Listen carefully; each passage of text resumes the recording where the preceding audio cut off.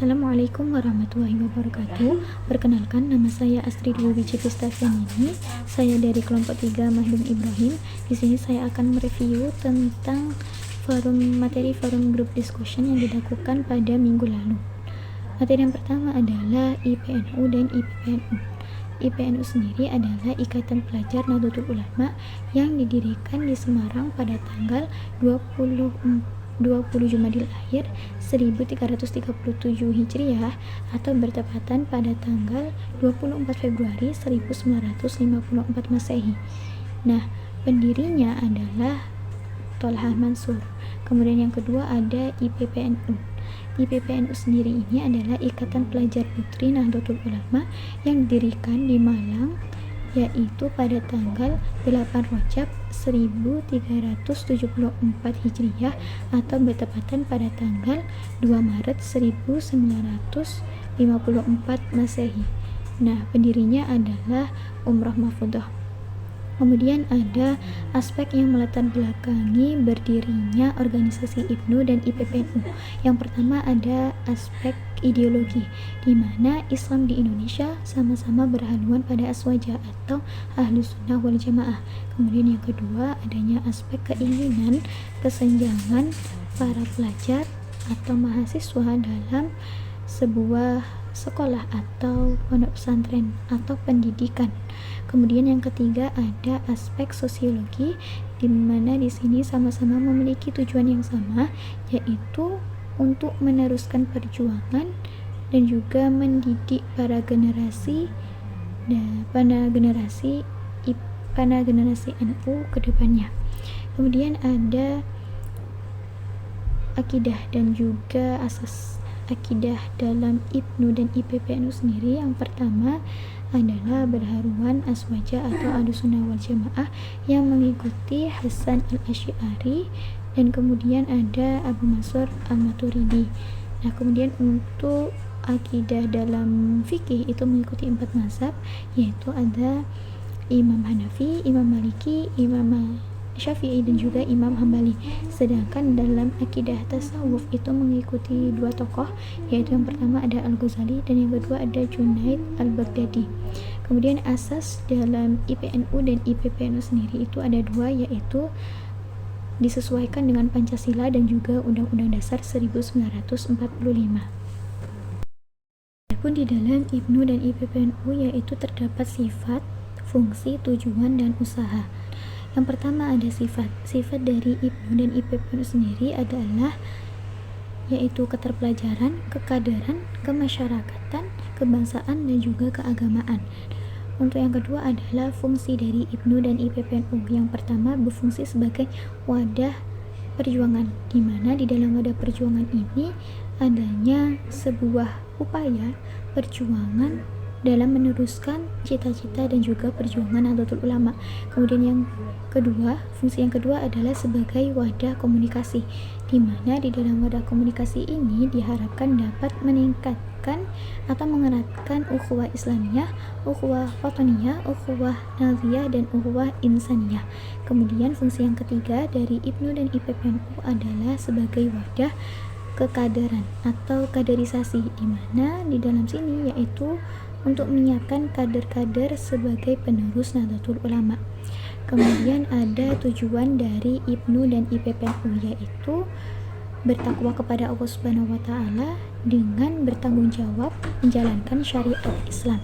Kemudian ada upaya dalam IPNU dan juga IPPNU, yaitu upayanya untuk mencetak kader-kaderisasi sebagai pemimpin yang berwawasan intelektual. Adapun citra diri dari IPNU dan IPPNU yaitu yang pertama adalah wawasan kebangsaan. Nah, di dalam wawasan kebangsaan ini itu berpedoman pada yaitu berpedoman pada sebuah persatuan dan kesatuan. Kemudian di dalam IPNU dan IPPNU sendiri ini memiliki citra diri, yang mana yang pertama ada wawasan kebangsaan.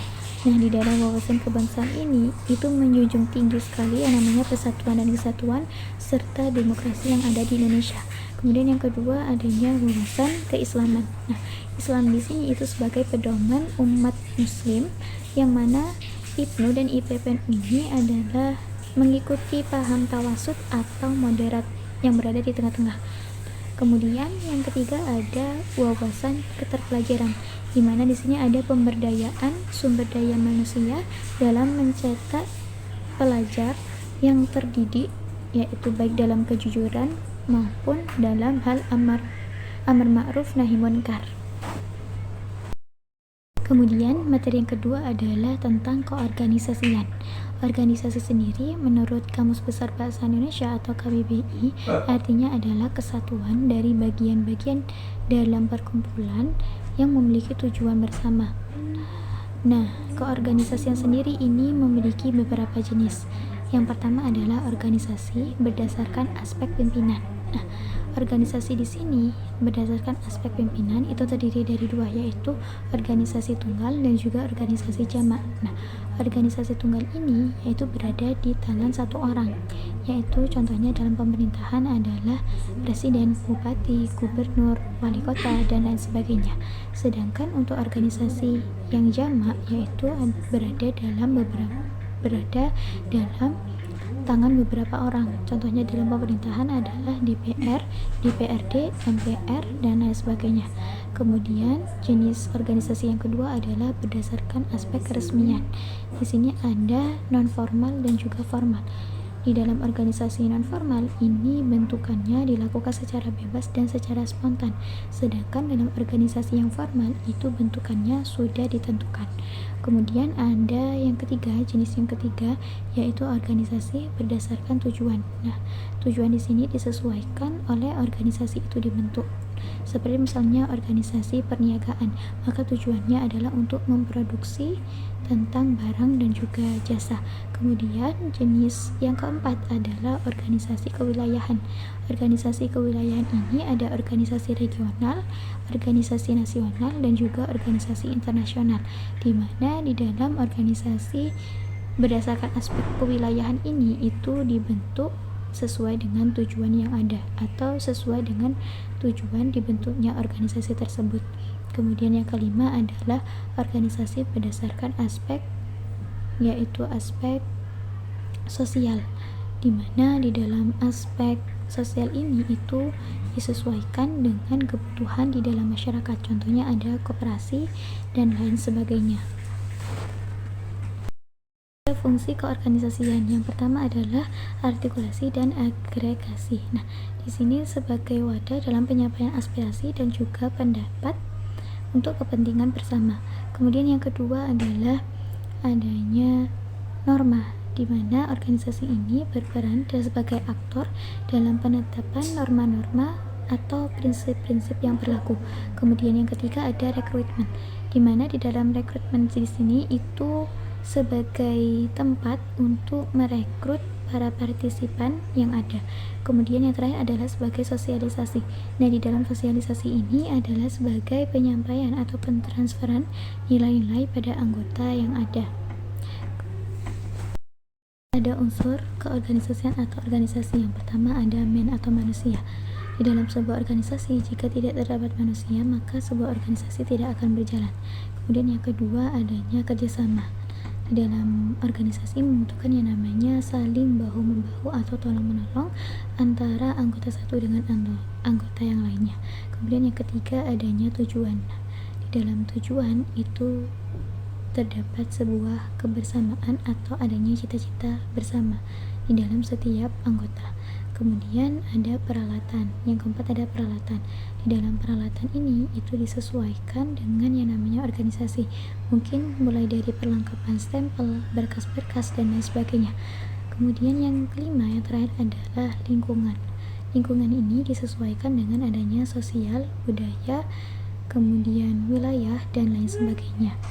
Nah, kemudian adanya sebuah manfaat dari organisasi adalah yang pertama yaitu untuk membentuk sebuah relasi, yang kedua untuk bisa memanajemen waktu, yang ketiga untuk bisa menumbuhkan jiwa-jiwa kepemimpinan, dan kemudian adanya anggota atau melatih kerjasama dalam tim.